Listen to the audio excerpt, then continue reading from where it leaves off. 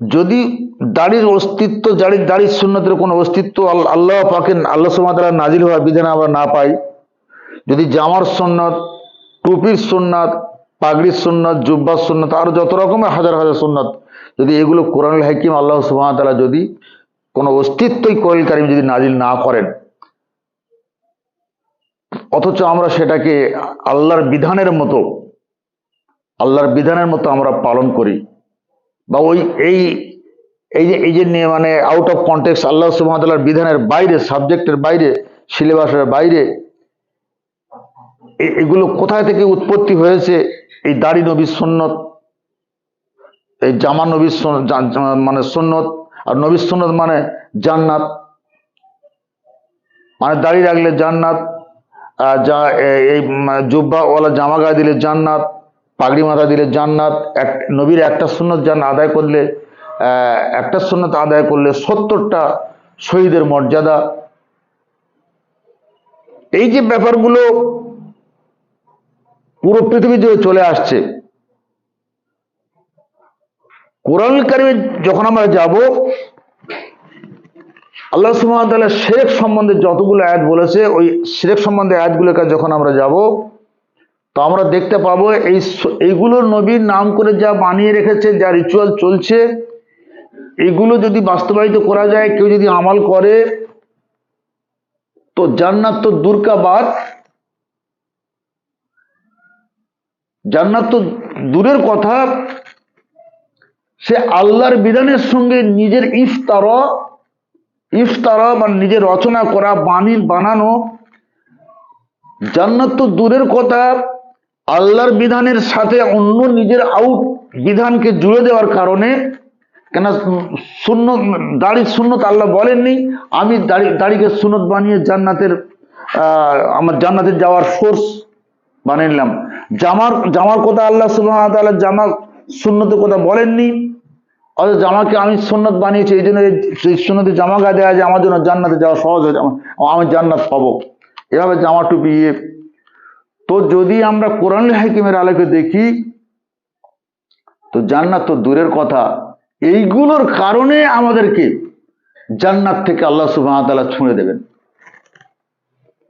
কারণ বিধান যেমন আল্লাহ সুবহানাহু ওয়া তাআলা, আল্লাহ বলেছেন ওয়ালা ইশরিক বিল্লাহ, তোমরা আল্লাহর সঙ্গে শরিক করো না কোনো কিছুর ব্যাপারে, কোনো কিছুতে তোমরা আল্লাহর সঙ্গে শরিক করো না। তো যেমন আল্লাহর সঙ্গে শরিক করা যাবে না, আল্লাহর সঙ্গে শরিক করলে হারামুল্লাহ ফুল জান্নাত, জান্নাত তার জন্য হারাম হয়ে যাবে, ঠিক তেমনি ভাবে তার বিধানের সঙ্গে যদি আমরা শরিক করি, তার বিধানের সঙ্গে যদি আমরা শরিক করি, তো আমাদের জন্য জান্নাত হারাম হয়ে যাবে। তো এখন একটা ব্যাপার দেখুন, যে আল্লাহ সুবহানাহু ওয়া তাআলার বিধানের সঙ্গে আমরা কিভাবে শরিক করছি। আল্লাহ এই দাড়ির সুন্নত দেয়নি, আমরা সুন্নত বানিয়েছি।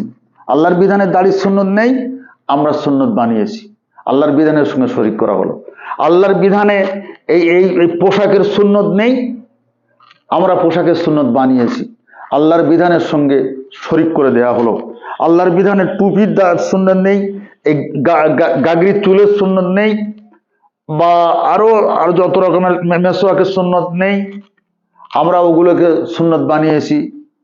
ধর্মের মাধ্যমে ওটা আল্লাহর বিধানের সঙ্গে একটা মানে মুক্তি পাওয়ার, জান্নাত পাওয়ার একটা সোর্স বানিয়ে দিয়েছি, আল্লাহর বিধানের সঙ্গে শরিক করলাম।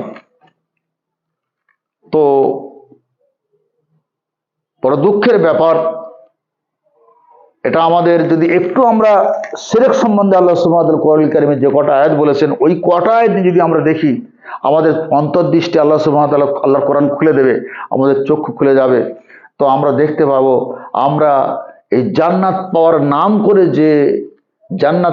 নাম করে যে আমলগুলো করছি, যে কাজগুলো করছি, এইগুলোই আল্লাহর বিধানের, এই কাজগুলো, এই আমলগুলো আল্লাহর বিধান মতো না হওয়ার কারণে, আল্লাহর বিধানের এগেইনস্টে যাওয়ার কারণে, যেটা আল্লাহ বলেননি সেইটাকে বিধান বানানোর কারণে, অনন্তকালের জন্য কোরআনুল হাকিম অনুযায়ী, আল্লাহর বিধান অনুযায়ী, আল্লাহর থিওরি অনুযায়ী অনন্তকালের জন্য আমাদেরকে জান্নাত থেকে বঞ্চিত হতে হবে এবং জাহান্নামে আমাদের ঠিকানা হবে।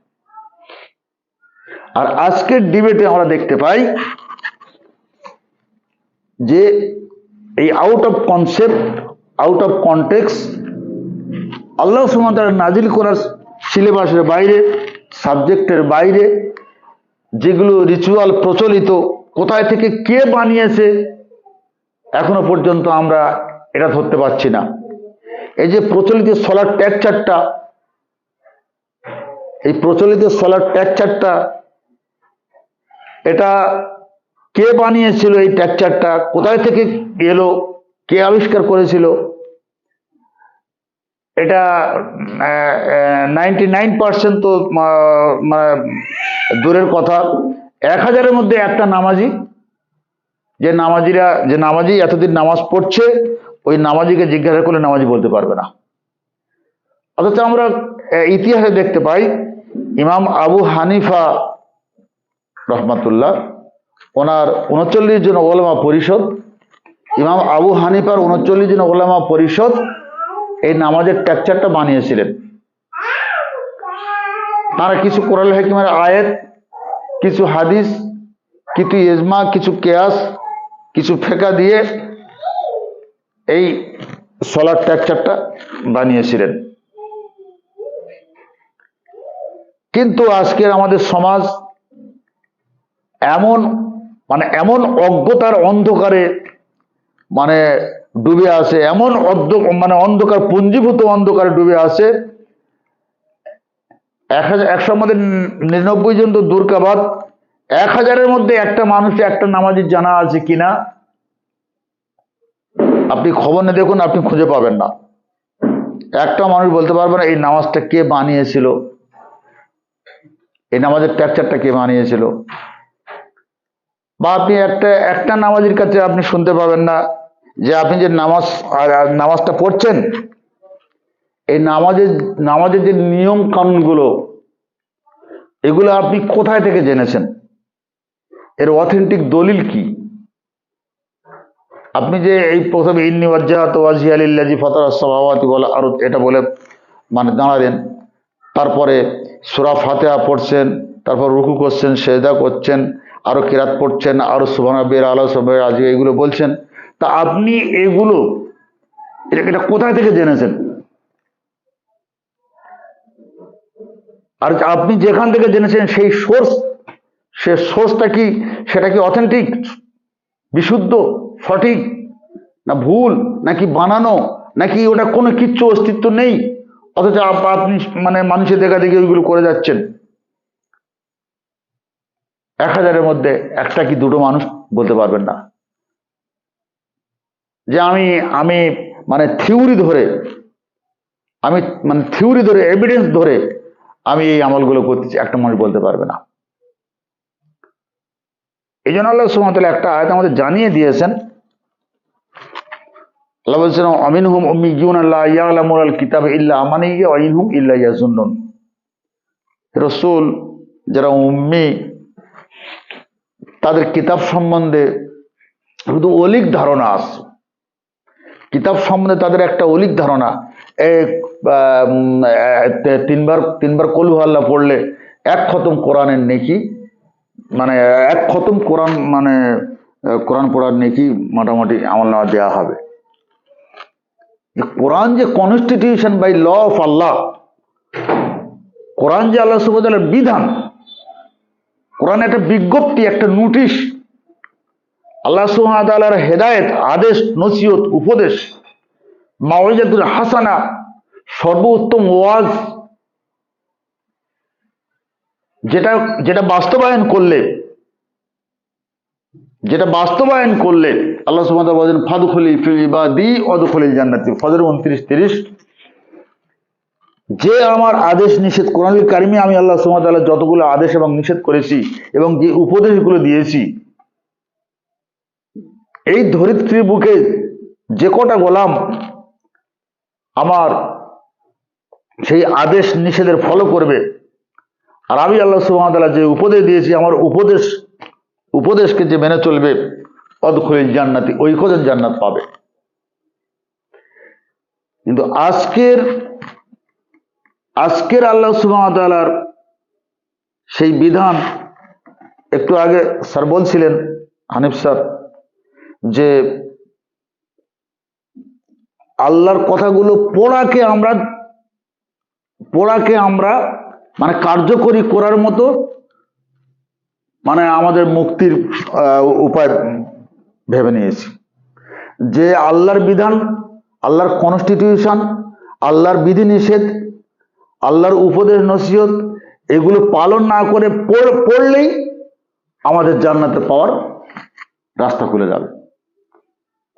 সূরা ফজর 29-30-এ আল্লাহ সুবহানাহু ওয়া তাআলা যদি এটা বলতেন যে তোমরা আমার ইকরাল কোরআন, আমার এই কোরআন পড়লে অদখুলিল জান্নাত, তোমরা জান্নাতে যাবে, তাহলে এটা বলা যেত। কিন্তু আল্লাহ ওখানে বলেছেন ফাদখুলি ফি ইবাদি,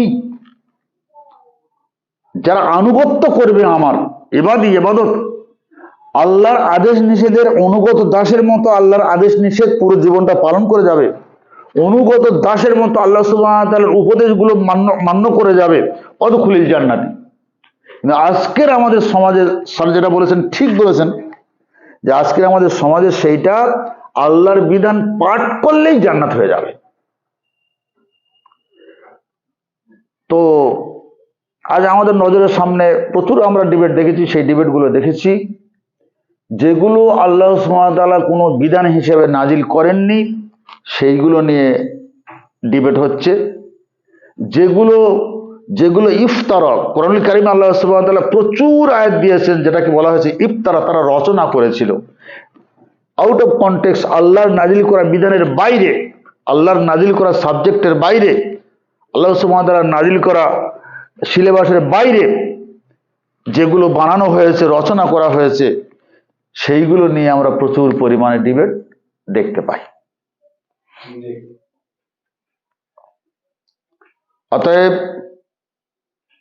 সংক্ষিপ্ত কথায় আমার বলার উদ্দেশ্য, আমার আর্গুমেন্ট, যে আমরা সূরা আল মায়েদায় আল্লাহ সুবহানাহু ওয়া তাআলা বলেছেন আমাল্লাম ইয়াহকুম বিমা আনজালাল্লাহ ফাউলাইকা হুমুল কাফিরুন, আমাল্লাম ইয়াহকুম বিমা আনজালাল্লাহ ফাউলাইকা হুমুল যালিমুন, আমাল্লাম ইয়াহকুম বিমা আনজালাল্লাহ ফাউলাইকা হুমুল ফাসিকুন।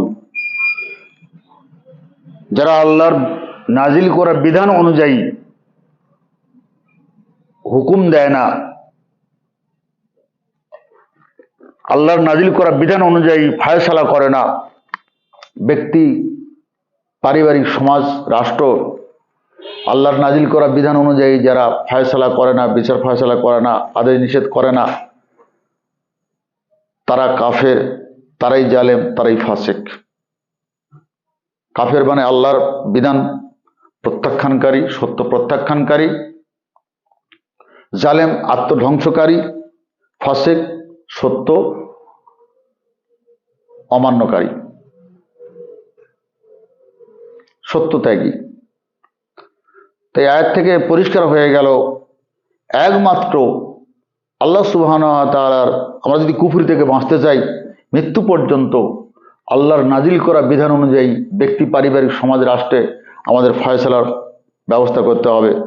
আমরা যদি আত্মধ্বংস, জুলুম থেকে বাঁচতে চাই, তো আমাদেরকে আল্লাহর নাজিল করা বিধান অনুযায়ী ব্যক্তি, পারিবারিক, সমাজ, রাষ্ট্রে আমাদেরকে আল্লাহ সুবহানাহু ওয়া তাআলার বিধান দিয়ে পরিচালিত করতে হবে। আর ফাসেক, সত্যত্যাগী, যদি এই ফাসেক থেকে আমরা বাঁচতে চাই, সত্যত্যাগীর অপরাধ থেকে, শাস্তি থেকে যদি আমরা বাঁচতে চাই, আল্লাহর নাজিল করা বিধান অনুযায়ী ব্যক্তি, পারিবারিক, সমাজ, রাষ্ট্রে আমাদের জীবনযাপন পরিচালিত করতে হবে। আল্লাহ সুবহানাহু ওয়া তাআলা আমাদের সূরা সেজদা 32 নম্বর সূরার 22 নম্বর আয়াত, 32-22, আল্লাহ সুবহানাহু ওয়া তাআলা বলেছেন ওর চাইতে বড় জালিম আর কে হতে পারে যাকে আমার আয়াত দিয়ে উপদেশ দেওয়া হয় আর সে মুখ ঘুরিয়ে নেয়। আল্লাহ সুবহানাহু ওয়া তাআলা, আল্লাহর নজরে যে জালেম হয়ে যাবে তার পরিণতি কোথায় গিয়ে দাঁড়াবে আমাদের একটু চিন্তা ভাবনা করা দরকার আছে। আল্লাহ বলছে ওই ব্যক্তির চাইতে বড় জালিম আর কে হতে পারে যাকে আমার আয়াত দিয়ে উপদেশ দেওয়া হয় আর সে মুখ ঘুরিয়ে নেয়। আল্লাহ সুবহানাহু ওয়া তাআলা সূরা আনামের 110-এ বলেছেন যে যারা আউয়ালা মাররাহ, যারা প্রথমবারে আমি আল্লাহ আমার আয়াতগুলো বিশ্বাস না করবে, আমার আয়াতগুলো বিশ্বাস না করে নেবে, আমি আল্লাহ তাদের অন্তর এবং চক্ষুকে উল্টো দিকে ঘুরিয়ে দেব।